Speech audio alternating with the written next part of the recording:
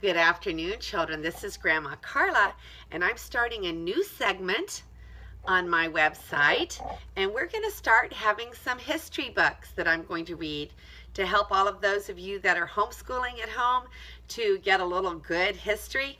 And this one is called The Story of the Pilgrims. And the Pilgrims, were a long time ago, but we sort of celebrate their story at Thanksgiving time, don't we? So since Thanksgiving is coming up, I thought this would be an excellent time to start reading to you the story of the Pilgrims. And this is an excellent collection that is put out by Christian Liberty Press.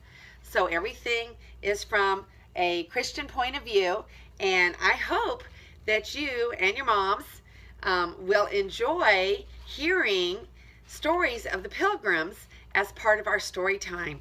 And we'll get a little history about the Pilgrims in there as well. Okay? And the first story, the first little part of it says, from old homes to new. Okay? Remember, the Pilgrims came from another country. So we're going to start in the old country and continue into the new country, which is our country. And we're going to learn about some of the homes that the Pilgrims came from before they came to America. Okay? At Scrooby Inn. In the little village of Scrooby in England, 300 years ago stood a beautiful old house. It was the largest one in the village, and its moss-covered roof and large red chimneys rose high above the cottages around it. The house stood close to the street, but behind it was a large garden where many bright flowers bloomed, and a row of tall trees cast their pleasant shade. On one side of the garden were 300 ponds. No, 3 round ponds. For 100 years, these ponds had never failed to supply fish for the Friday dinner. A great rose bush clung to the walls of the house. For years it had climbed and climbed until now some of its clustering red blossoms peeped into one of the upper windows. The whole room was sweet with their fragrance. This old house had once been a fine palace, but now it was used as an inn where travelers might stay for the night. In the stables beyond the garden, there were some horses that belonged to the king. When his messengers carried his letters to the North Country, they always stopped here to change horses and rest for an hour. Only a few miles from Scrooby was a famous old forest. Every child in the village knew the story of Robin Hood and his merry men who had once lived in this forest. They had often played Robin Hood. It was the game they liked best of all. There's a picture of the kitchen at Scrooby Inn. It says a busy day at Scrooby Inn, where they take care of travelers. Once, a party of the king's friends who were going to the forest to hunt had stayed all night at the inn. This was a time always remembered by the children who lived in Scrooby Inn. They seemed never to tire of talking about the packs of hounds, the beautiful horses, and the riders in their colorful hunting dress. Then there was the dinner in the great dining hall, and best of all, the long evening when they all sat around the fireplace and listened to the stories the hunters told. The landlord, William Brewster, had not been pleased to have his children hear so much about life at the king's court. So they had been sent to bed much earlier than they wished. The next morning, when they awoke, the noisy hunting party had gone. Had they really been there at all? Was it not all a bright dream? One June morning, Jonathan Brewster brought into the garden the new boat he had just finished. He was going to sail it upon the fish pond. His little sisters, Fear and Patience, stood near watching the tiny boat make its first trip across the pond. Fear held in her arms a small wooden doll, very ugly, but very dear to the little mother. Jonathan wanted the doll for a passenger, but Fear would not put her baby in the boat until she was sure it would not tip over. The little ship had hardly touched the other side when a distant sound made the children spring to their feet and listen. Again, they heard the long, clear sound of the bugle. "It is the king's messenger! Run and tell Henry to get out a fresh horse," cried Patience. But Jonathan was already far down the path, calling the stable boy as he ran. Patience drew the forgotten ship out of the water and ran into the house to tell her father.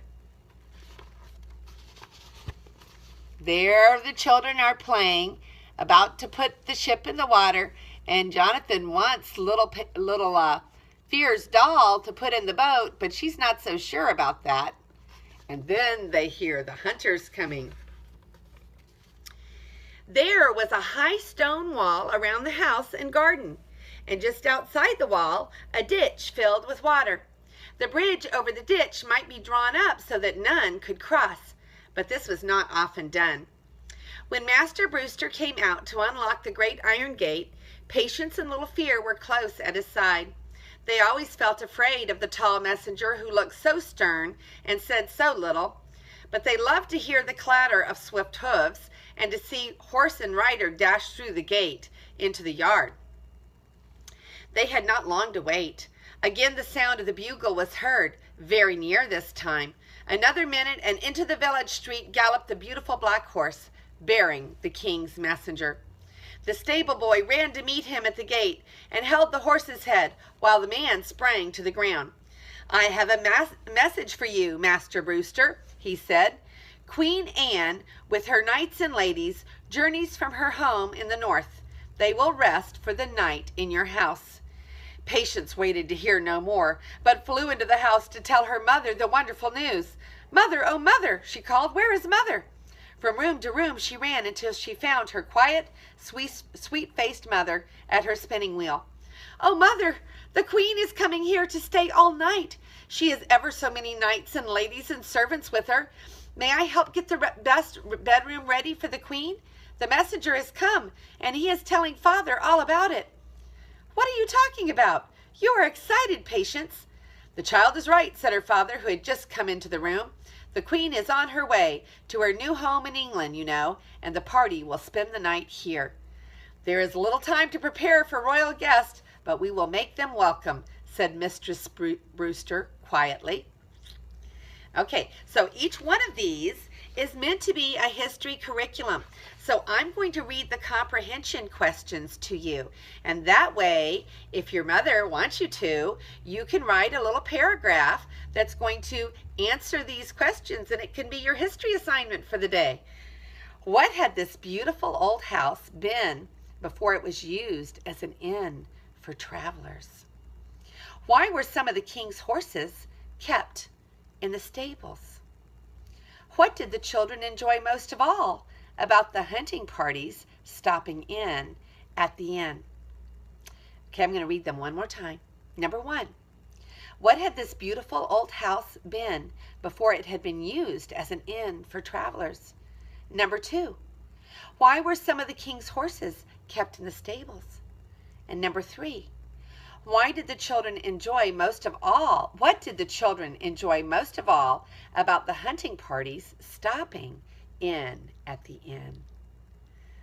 I really enjoyed that story. Sometimes we forget that life was much, much, much different many years ago when the Pilgrims came to America.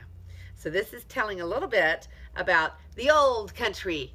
Okay, so next time we'll read about a royal guest. This is Grandma Carla with History Stories.